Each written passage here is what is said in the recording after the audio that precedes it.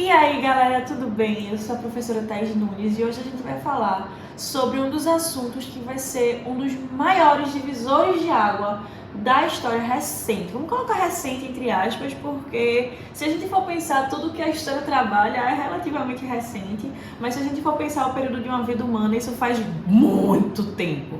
Mas a gente pode falar que é a grande inauguração da Idade Moderna na Europa e no mundo, já que, infelizmente, ou felizmente, não sei, fica a seu critério, a gente está vendo o processo histórico com base em um eurocentrismo, uma história que a gente chama de história colonial. Tranquilo? Vamos falar hoje sobre a Revolução Francesa. A Revolução Francesa que muita gente não associa, mas foi, de certa forma, influenciada por alguns pontos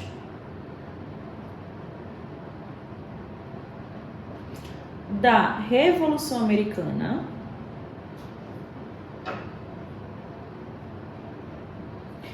e que vai ter múltiplas causas. Não vai ser só uma causa. Não vai ser só a questão de que Maria Antonieta fazia muitas festas. Não vai ser só por causa do pão. Não vai ser só por causa da seca. Não vai ser só por causa dos Estados Unidos. Não vai ser só por causa da Guerra dos 7 Anos. Não vai ser só por causa dos impostos. A gente vai ter várias causas da Revolução Francesa. Então a gente tem algumas questões iluministas que começam a chegar no, vamos colocar entre aspas, domínio público.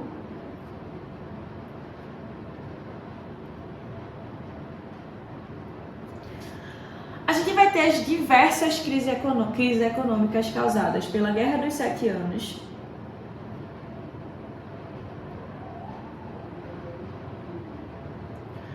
pela ajuda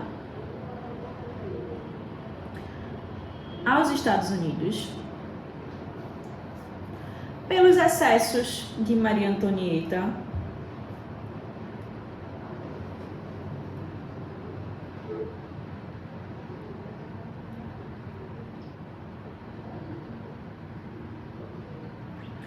e da corte, e assim por diante. Inclusive, gente, vou abrir aqui um parêntese muito massa. Você conhece a banda Queen? Freddie Mercury e tudo mais, Bohemian Rhapsody, então. E uma das músicas de Queen, a música Killer Queen, Maria Antonieta é citada. Inclusive, aquela famosa frase dela, que não foi necessariamente ela que falou, na verdade foi atribuída a ela por um jornal sensacionalista da época, em que ela fala que se não tem pão, que comam brioches. Inclusive, ela é citada, né, nessa música, acho que nas primeiras estrofes, e é bem interessante falar sobre isso porque a gente vê que existem muitas músicas, existem muitas partes do processo cultural que tem total a ver com a construção histórica social. Obviamente que a gente deve ter alguns cuidados quando a gente vai referenciar principalmente um filme, uma série, uma novela, porque sempre tem um pouquinho de romantização. Tem o filme Maria Antonieta, que eu acho que é do início da década de 2000, do final da década de 90, não lembro exatamente. E eu aconselho que vocês assistam, caso vocês queiram associar algum rosto à galera que eu vou falar aqui agora, certo? E outro ponto muito importante é a desigualdade tributária, ou seja, primeiro estado não paga impostos, segundo estado não paga impostos, certo? Eu vou colocar a setinha para baixo indicando isso. Terceiro estado paga todos os impostos. Quem é o terceiro estado? O povo. E aí eu queria que vocês lembrassem um ponto que eu falei, que eu cheguei a falar na época da aula de...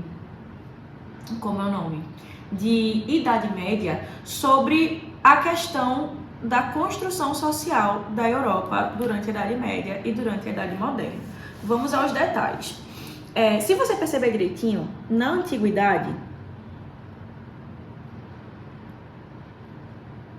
mais especificamente em Roma, a gente tinha uma formação social. Ai meu Deus, o que foi que eu acabei de fazer? uma formação social. Ajeitei. Essa formação social era pensada da seguinte forma: patrícios,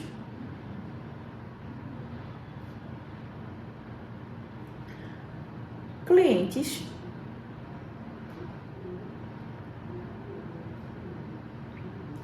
plebeus,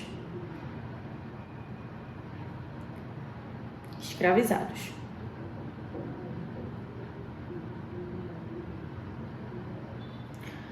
Quando a gente passa para a Idade Média,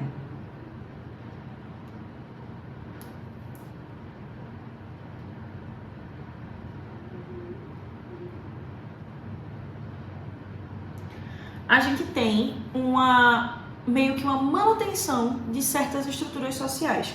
Porque esse patrício, lá na frente, vai se tornar o suzerano. Porque esse patrício aqui vai ser o dono dos latifúndios, o dono das terras. Nesse caso, o que vai acontecer?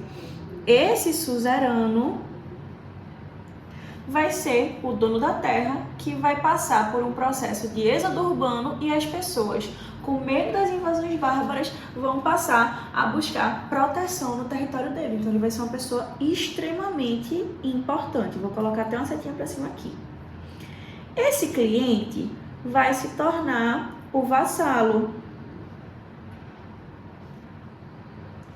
Esse plebeu vai se tornar o servo. Tranquilo?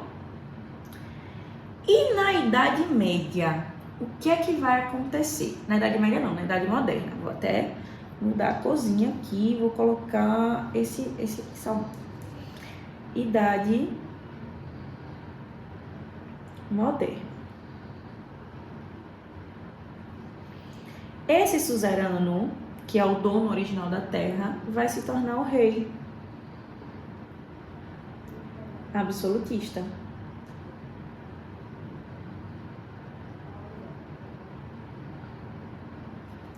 Esse vassalo vai abdicar de poder e vai se tornar nobreza. A gente vai ter a criação da burguesia.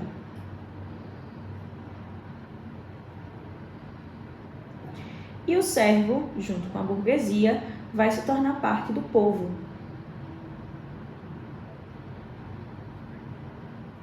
Que vai ser a burguesia, que vai ser o camponês, que vai ser o sans-culotte.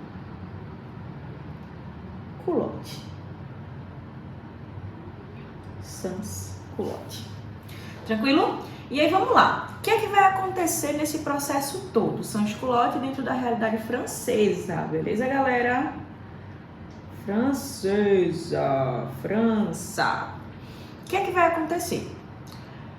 Abdicando de poder, para dar poder ao rei absoluto, a nobreza vai ganhar isenção, por exemplo, de impostos. O clero, que vai ser o primeiro estado, não vai pagar impostos também. Ele vai receber muita coisa. Tranquilo? Então, todos os impostos vão ser pagos pelo povo. E esse povo é o terceiro estado. Deixa eu colocar assim, terceiro estado. E aí, gente, o que é que vai acontecer a partir de então? O que é que vai acontecer com tudo isso? Onde é que isso vai desaguar? A sociedade francesa pode ser definida dentro dessa pirâmide. E essa desigualdade de impostos vai gerar uma revolta no povo. Por quê? Cada vez mais esses impostos vão aumentar.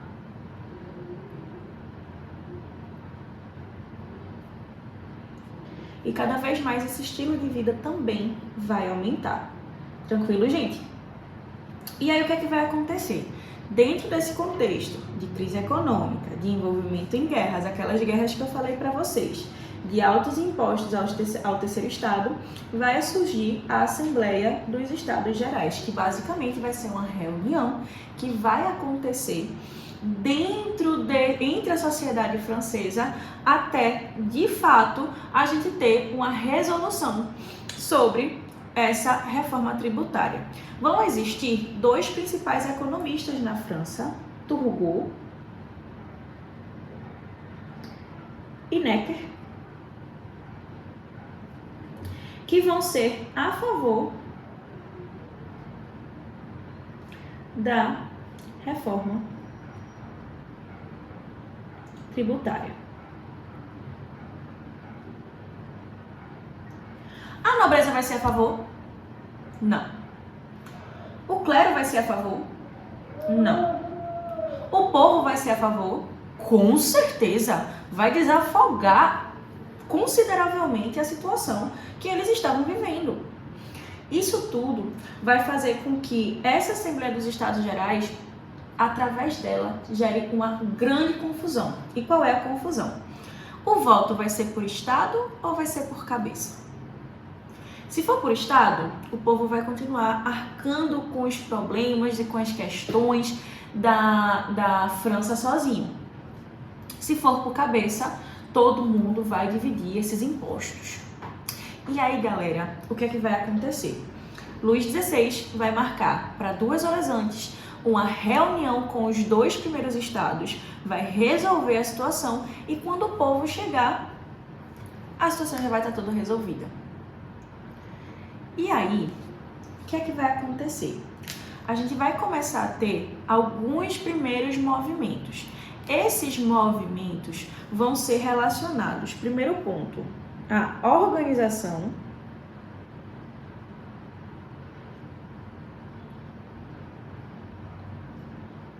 do que vai acontecer, né?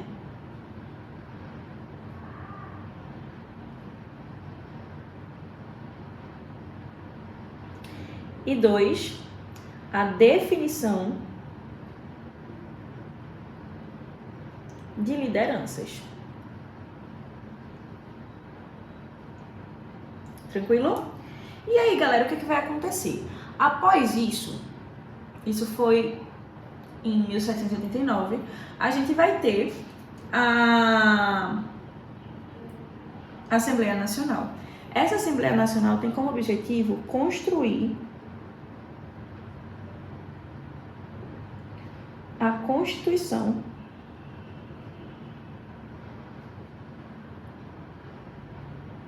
francesa. Não era do interesse da burguesia no primeiro momento tirar a cabeça do rei, não. Só que o que vai acontecer? Eles vão querer fazer uma Constituição para que nessa Constituição os poderes dele passem a ser limitados, tranquilo? E aí o objetivo era escrever a Constituição na França com o intuito de diminuir o poder do rei. Durante muito tempo, o rei vai estar tentando colaborar com tudo para evitar maiores problemas, certo? Só que vai chegar um momento que ele vai ser descoberto tentando chegar na Áustria. A Áustria era o país de Maria Antonieta. E indo para a Áustria, a grande coisa que ele vai querer fazer nesse momento é reunir um exército, pedir ajuda ao seu cunhado para que assim ele consiga retomar o poder na França. Qual vai ser a grande problemática disso? Ele vai ser acusado de traição à Revolução e é por isso que ele vai ser decapitado. Tranquilo? Mas antes da gente chegar lá, eu queria mostrar para vocês essa imagem. Opa, eu consegui diminuir a imagem, tudo bom? Essa imagem daqui é a representação de um dos maiores eventos que aconteceram na Revolução Francesa, que é o 14 de julho. A chamada queda da Bastilha. Tranquilo? E aí, galera, o que é que vai acontecer? Depois que a Constituição começa, depois que a Bastilha cai, depois que a gente tem o início da monarquia constitucional, a gente chega ao fim do regime de servidão, a Constituição Civil do Clero, então o clero passa a responder uma lei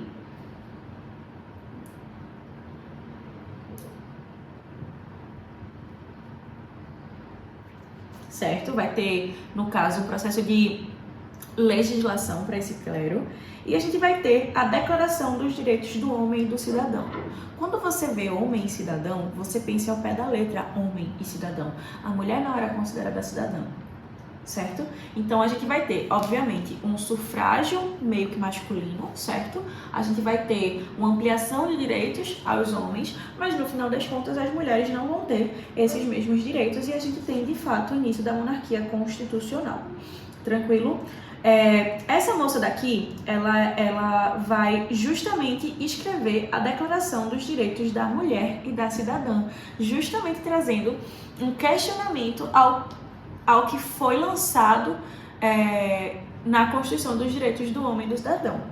Levando em consideração também, uma coisa que você precisa levar em consideração, você que vai fazer Enem, você que vai fazer outros vestibulares, vai ser essa Declaração de Direitos que vai influenciar e que vai inspirar lá na frente a Declaração Universal dos Direitos Humanos. Tranquilo? Inicia-se a monarquia constitucional. A Constituição foi escrita pela burguesia, então, consequentemente, vai ser escrita garantindo maiores poderes à burguesia. A Constituição também vai garantir igualdade jurídica aos homens. Então, independente da posição que você ocupe, independente do seu poder econômico e assim por diante, você vai ter que responder a uma lei. Tranquilo? Por isso que o rei vai ser preso, por isso que o rei vai ser julgado, por isso que o rei vai ser executado.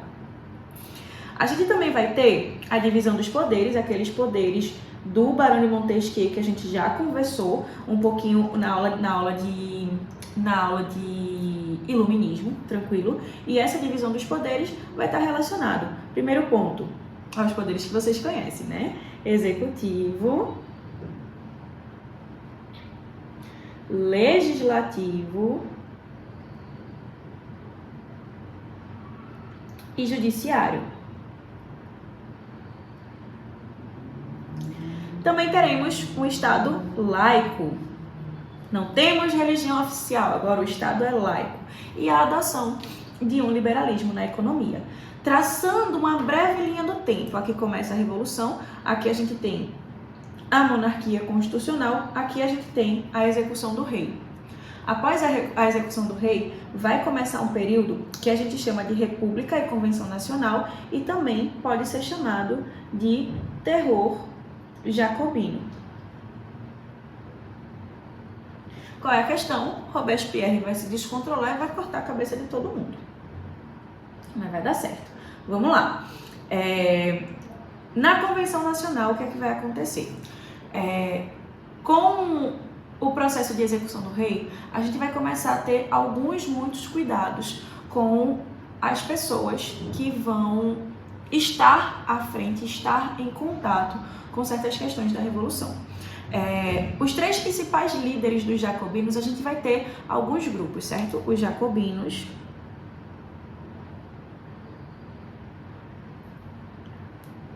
os girondinos,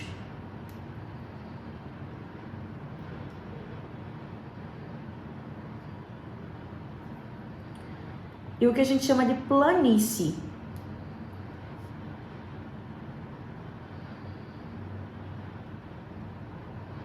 Tranquilo? Os jacobinos, galera, vão ser as pessoas que vão estar à frente da primeira parte da Revolução.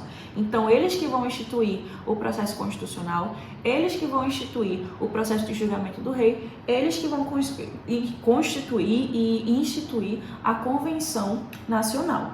Nessa Convenção Nacional, a gente vai ter algumas pessoas principais. Quem são essas pessoas principais? Robespierre,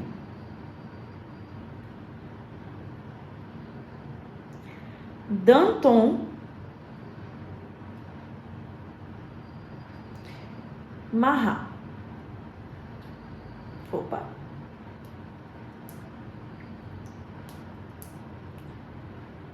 Marat. Danton, que é jurista. Marat, que é jornalista. Tranquilo? Robespierre vai estar à frente do governo nesse momento. Só que o que é que vai acontecer? Com algumas questões de acirramento político no processo revolucionário, a gente vai começar a ter uma série de julgamentos e uma série de execuções, muitas vezes até sem julgamento, depois de um determinado momento na Revolução Francesa. E o que vai acontecer? Marat, ele vai ser o jornalista e vai ser o grande porta-voz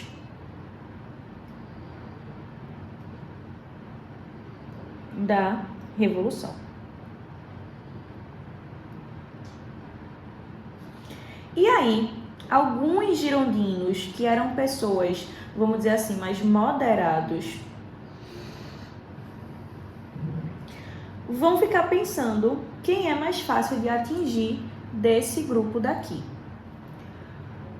Marat vai ser assassinado por uma militante girondina.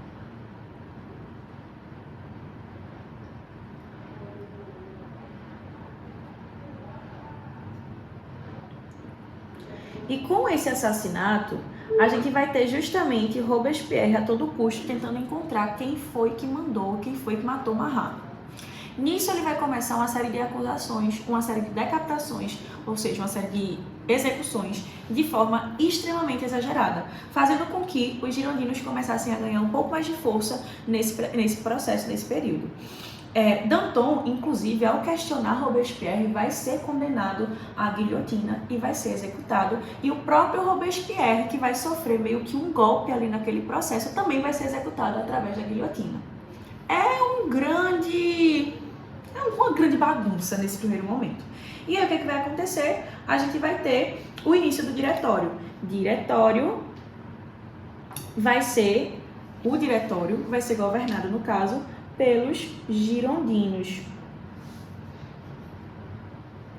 E vai ser nesse momento que aparece uma pessoa extremamente importante para o cenário francês, que é Napoleão Bonaparte. Napoleão Bonaparte, nascido na Córcega, que era um distrito francês no momento, começa a ganhar muita importância no exército nacional, no exército da França, justamente por ele ser uma pessoa extremamente disciplinada e extremamente rígida. E aí o que vai acontecer, gente? A partir do momento que Napoleão Bonaparte começa a ser envolvido no governo dos girondinos, ele vai passar a ser envolvido justamente para dar uma ordem no processo revolucionário, porque está tudo muito descontrolado. A gente acabou de passar por um terror. A gente acabou de passar por um problema extremamente sério que muitas pessoas estavam sendo executadas de uma hora para outra. E aí, esses diretores, no caso, esse diretório vai tentar puxar Napoleão Bonaparte, que era uma voz forte no exército, para colocar ordem no recinto. Minha gente, eles vão mudar até o calendário, que era o calendário revolucionário, que vai ser pautado justamente nas fases, nas estações do ano. Então, a gente vai ter a Revolução Termidoriana e o golpe do 18 Brumário. A revolta termidoriana vai ser justamente no mês de Termidor, certo? Que vai ser pensado naquele período, se eu não me engano, no final do verão. Eu não vou lembrar exatamente qual é o momento do ano, que é o mês de Termidor, que é justamente quando Napoleão passa a ganhar mais importância do que ele de fato já tinha. Ele vai ser posto no poder, e essa revolução termidoriana vai afastar de uma vez por todas os jacobinos do poder revolucionário. Dessa forma, a gente vai ter o 18 Brumário. O 18 Brumário vai ser o fim da revolução e Napoleão iniciando o período de consulado. O consulado napoleônico vai ser dividido em 3 governantes, cujo principal vai ser ele, e vai durar até aí mais ou menos o ano de 1804, que vai ser quando vai começar o período do Império. E ele vai, de fato, trazer as noções imperialistas à nossa vivência internacional. Mas essa conversa a gente vai ter na próxima aula, que a gente vai falar sobre a corte portuguesa, a chegada da corte portuguesa aqui no Brasil. Espero que você tenha gostado da aula de hoje e até a próxima.